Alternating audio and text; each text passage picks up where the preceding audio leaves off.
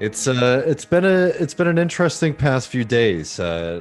After these pretty difficult defeats we saw over the weekend, both in Alabama and also in Ecuador, mixed in with the kind of horrific scenes that we've been seeing in this country, in Minnesota, as people are fighting against police brutality. It's definitely, a moment where you have to take stock a little bit, and you have to remember that things are tough, but we're fighting, and there's a lot of really positive movements and things that are happening that have a lot of potential for winning. And I'm really excited to be talking about what happened in Idaho, because that's a really important fight. It's one that we covered a lot on TMPS and had Luke Mayville on a few times to talk about it. But it's a story that I think needs to be covered and understood more in the broader media, because just it for really everyone's is. mental health, I think. It's really well, the movie. That's what I was trying to say. Is like the movie was such a sweet reminder. When I've been feeling a little bit down this week, of what is possible. And it's not always easy. It's not always straightforward what we have to do, but you can never give up the idea that mobilizing people can have really positive results. Yeah, it's the work, and it, yeah, exactly, and that it can bear fruition in ways that you may be led to believe it is impossible is really inspiring. Yeah. And, on that note, I wanted to start with some really impressive and inspiring movements that we're seeing continuing to happen right now. First of which has been this fight that we're seeing in Alabama, different from the Amazon strike. I mean, sorry, the Amazon union push, but a strike of around 1,100 mine workers in Tuscaloosa County, who are fighting for a fair contract after being, on the front lines of hyper exploitation from the company. They've now have been on strike for a significant period of time and have refused a contract that was negotiated by the higher ups in the union with the company, and are continuing to stay on strike. And we have this clip here from the great people at a More Perfect Union, which you should definitely follow and support if you aren't already. They got to give us an answer. And they gonna give us a good contract. We ain't gonna take no bullshit. In Alabama, over 1,000 mine workers are on strike at Warrior Met Coal. Miners at the Brookwood coal mines have been on strike since April 1st. The union says the miners helped get the company out of bankruptcy over the past 5 years, but have never received fair compensation for their efforts. Man, come on, y'all. That's a slap in the face, man. The workers are asking for new contract negotiations with better benefits. No contract, no coal. It used to be a union job. If you're a second late, they will send you home. And they don't realize the conditions that we go through to get them this coal.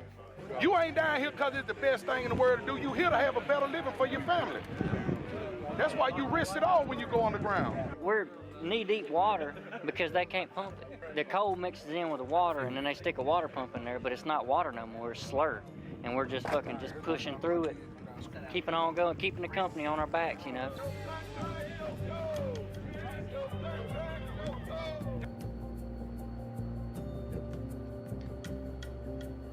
I know y'all in, man. I love y'all, man. I like this.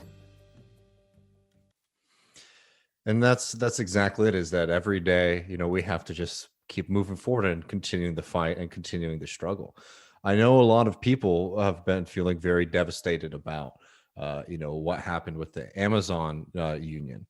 I will just say this for folks who didn't catch my stream on Tuesday. There's no doubt about it that Amazon acted illegally, that it was a historic and an inspiring movement, regardless of the result, and that the fight is far from over. There's certainly going to be legal challenges that I thoroughly believe the union is going to win. And there are going to be more and more attempts to try to fight for a union, not just in Bessemer, Alabama, but across the country at Amazon facilities. As we talked about, last week, that it has already inspired a lot more militancy from workers all across the country, right? And that's something that's really important for people to hold on to, is that we're having these moments where we're testing our strength, and we're winning some and we're losing some, but we're on the field. And for a really long time, we weren't even playing, right? We were all just watching as spectators as Capitol was just trampling all over us. And now we have these moments where people are standing up and fighting. and we have to continue to support the fights as they're happening, and also do the kind of analysis afterwards to understand, okay, this is what's working and this is what isn't working, so that we can win. Because it's not just a moral imperative, it is literally a life and death imperative that we start winning and steamrolling these fights forward. Yeah, like understanding they're uphill.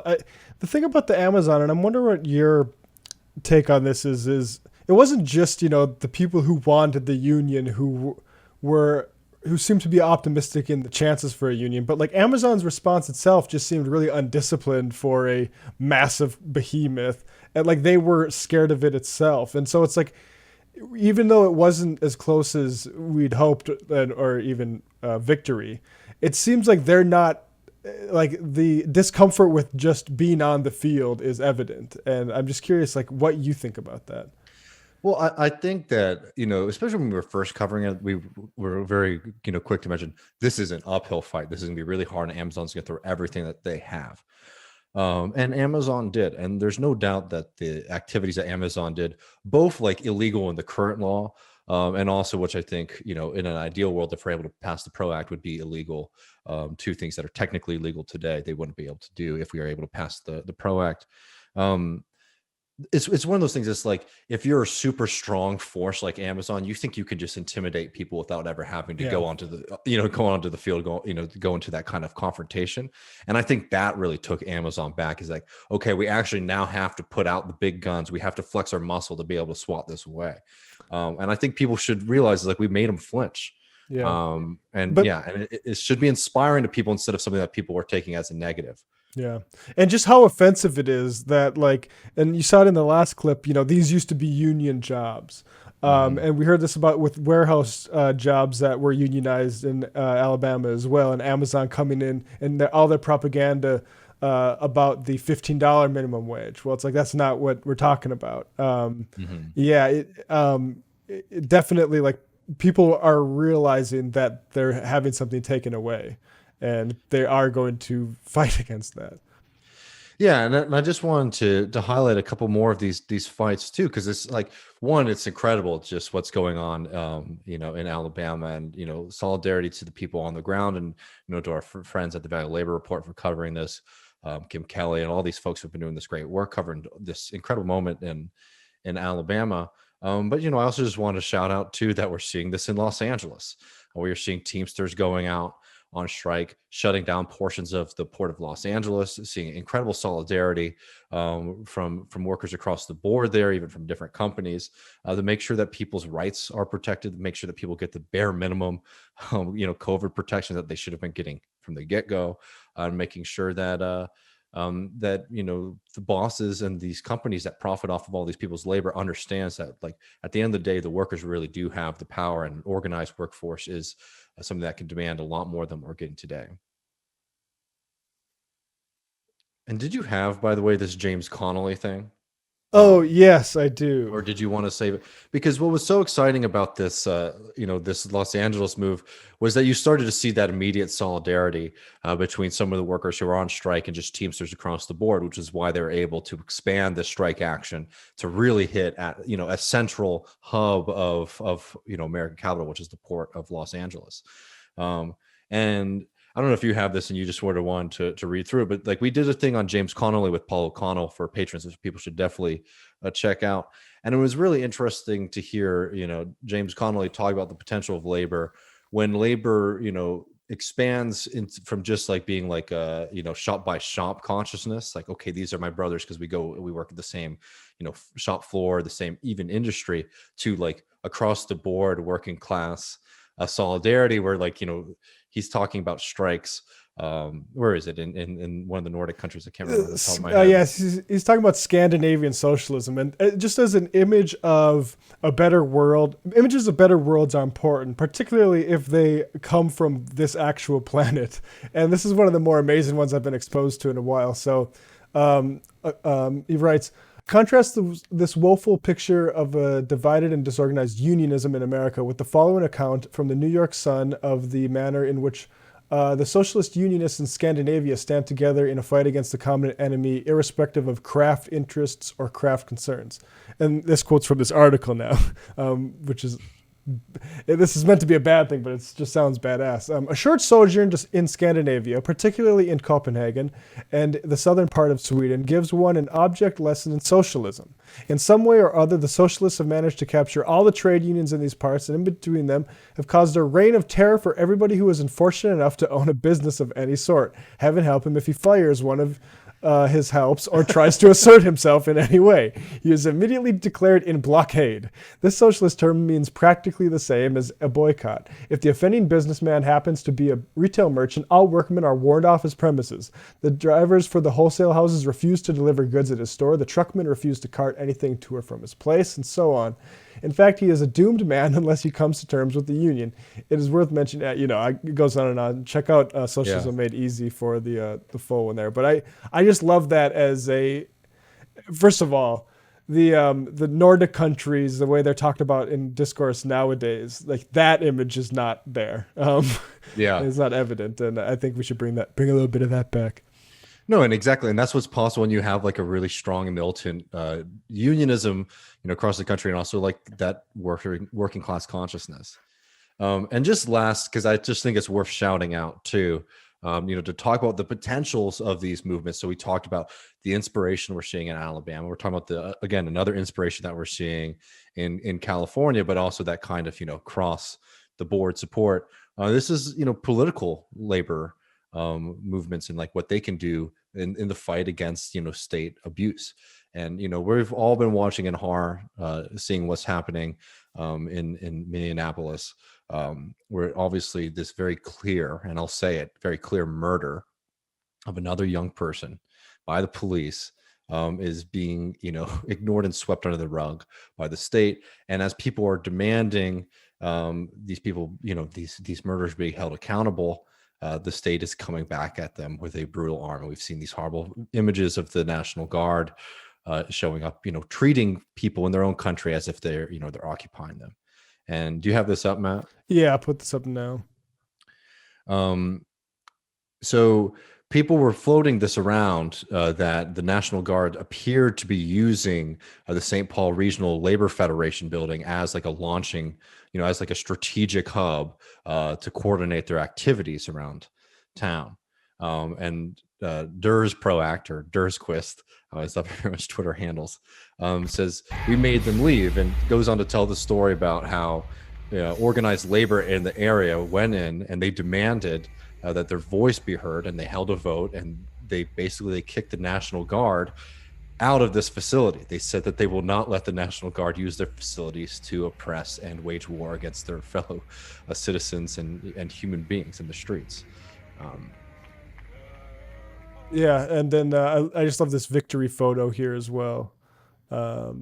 This should be encouraged. Great job. And I think, and just so folks know, I think that this is a struggle that's going to continue. There specifically with this building, I think that there's sort of a pushback from some of other parts of the union against it. But the point here is, one, celebrating that victory, and then two, it's like this is the kind of strategic thinking that we're talking about when we were saying increasing union power is important, not just for bettering working conditions and wages, but it allows us to organize, politically. And what I mean by that is like standing up against police brutality in the streets. That's a political activity. When we're talking about politics, we're not just talking about going and voting and who you're endorsing, all that kind of stuff. It's a political activity to march in the streets and to stand up against the police there. Yeah, and God bless and be safe anybody who's doing that. Absolutely. So this is just the inspiring stuff, and I just want people to understand it's like, we've had some setbacks, but there's a lot of activity that's happening. There's a lot of things that we can take inspiration from, and hell, we got to take inspiration from one another if we're going to be able to win this hard slog. I'll just say this again, because I always get mad when people misinterpret what I mean by this. We are in a difficult position where our opponents have a hell of a lot of power. They're very organized and they're entrenched within the state. Taking that on is not going to be something that is going to be easy. It's not going to be something that's just going to happen sporadically, or just because everyone has a moment out of spontaneity, they all wake up and are going to shut down this system.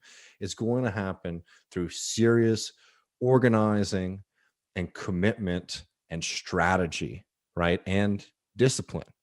And people mistake that sometimes with me saying this is going to take 100 years, or this is going to take 50 years, or hell, even 10 years.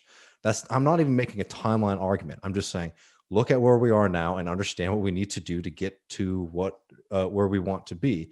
And just know that it's just not going to happen overnight. So you have to do understand that, so that we can have those political victories. But I'm just saying to you as an individual listening to this, you can't let your heart be broken, on every up and downs, because there's going to be a lot of them going forward. Yeah. Right. And you just have to always be able to dig in deep and know that you're in the fight for the right things, that there's a lot of potential, and it can happen and it will happen.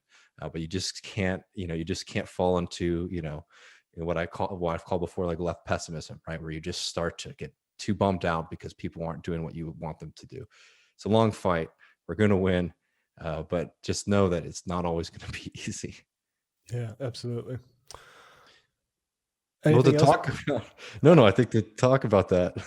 About pessimism? No, I totally agree. I mean, it's hard like you said, in this current moment with, cops literally raising blue line flags, and people like having to act like they don't know what that means. But like again, the AFL-CIO has police unions as part of their membership. That they would have taken that measure, I think, is laudatory. And like you said, that's going to be a continuing fight. There's no permanent victories, right? No permanent victories. I mean, that's another, and we don't even need to get into that, but there are no permanent victories on there.